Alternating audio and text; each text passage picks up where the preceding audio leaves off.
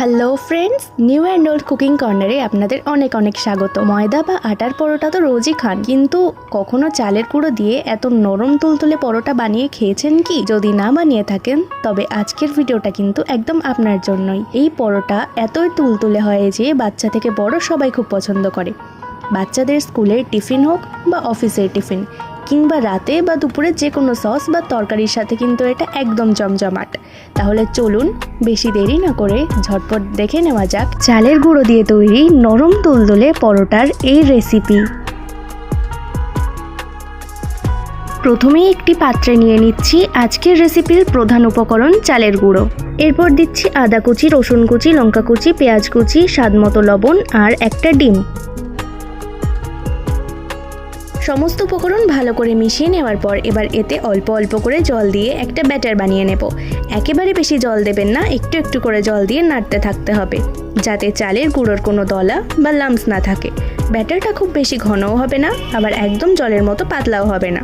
ঠিক এরকম একটা স্মুথ আর মসৃণ কনসিস্টেন্সি তৈরি করে নিতে হবে।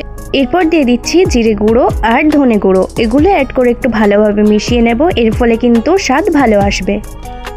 ফ্রাইং প্যানে হালকা তেল দিয়ে দেওয়ার পর ব্যাটার থেকে অল্প অল্প করে 1 থেকে 1.5 হাতা ফ্রাইং প্যানের মাঝখানে দিয়ে দেব।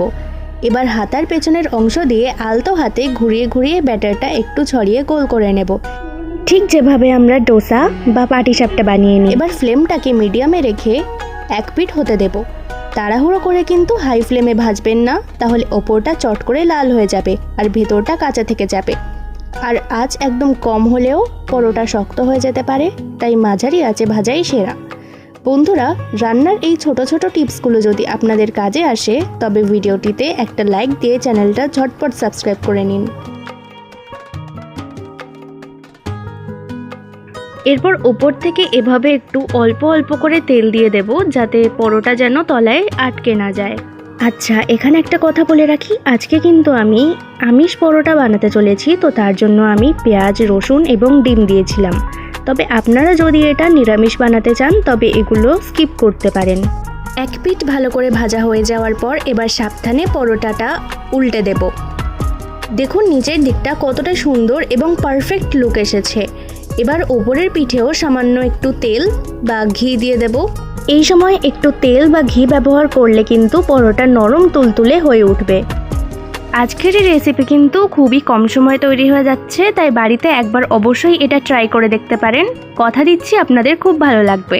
এটা কিন্তু শুধুমাত্র সকালে, দুপুরে বা রাত্রে খাওয়ার জন্য নয়, বরং এটা কিন্তু বাচ্চাদের স্কুলে, অফিসে কিন্তু টিফিন হিসেবে দেওয়া যেতে পারে।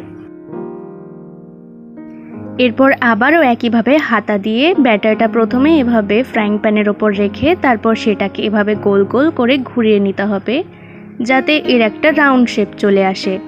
এরপর আবারও এর ওপর তেল বা ঘি ছড়িয়ে দিতে হবে, যাতে দুপিঠই ভালোভাবে ভাজা ভাজা হয়ে ওঠে এবং নরম তুলতুলে হয়। 2 পিঠ এভাবে উল্টে পাল্টে বেশ একটু গোল্ডেন কালার করে ভেজে নিতে হবে। আজ মাঝারি রেখে পরোটা কয়েকবার উল্টে পাল্টে ভেজে নিতে হবে, এতে উপরের কালারটাও সুন্দর আসে আর ভেতরটাও খুব ভালোভাবে সেঁকা হয়ে যায়। দেখুন দুপিঠে কিন্তু হালকা একটা সোনালি লালচে রং চলে এসেছে এবং পরোটা একদম সমানভাবে ভাজা হয়েছে। চালের গুঁড়োর এই পরোটাগুলোর সবচেয়ে বড় গুণ হলো এগুলো বানানোর পর অনেকক্ষণ পর্যন্ত একদম তুলতুলে নরম থাকে। ব্যাটার তৈরির নিখুঁত পরিমাপ আর শেখার সঠিক পদ্ধতিটুকু খেয়াল রাখলেই আপনাদের তৈরি পরোটাও ঠিক এরকমই পারফেক্ট হবে। আমার চ্যানেলে আমি চেষ্টা করি এই ধরনের সহজ আর দৈনন্দিন রান্নার সঠিক নিয়ম ও ছোট ছোট টিপসগুলো আপনাদের সামনে সহজভাবে তুলে ধরতে, যাতে নতুন রান্না যারা শিখছে তাদেরও কোনো অসুবিধা না হয়। আজকের এই রেসিপিটি আপনাদের কেমন লাগলো তা নিচে কমেন্ট করে অবশ্যই জানাবেন। রেসিপিটি ভালো লাগলে ভিডিওটিতে একটি লাইক দেবেন এবং আমার পরবর্তী সহজ রান্নার আপডেটগুলো পেতে চ্যানেলটি সাবস্ক্রাইব করে সঙ্গে থাকবেন। আজকে চালের গুঁড়ো দিয়ে তৈরি এই পরোটা কিন্তু যে কোনো প্রকারের সস বা যে কোনো প্রকারের তরকারির সাথে কিন্তু দারুণ জমে যায়, তাই বাড়িতে একবার এটা অবশ্যই ট্রাই করে দেখবেন। এর ভেতরটা আমি একবার দেখিয়ে দিচ্ছি কতটা তুলতুলে নরম হয়েছে, দেখেই বুঝতে পারছেন কতটা নরম হয়েছে। সম্পূর্ণ ভিডিওটি দেখার জন্য অসংখ্য ধন্যবাদ। দেখা হচ্ছে পরবর্তী ভিডিওতে।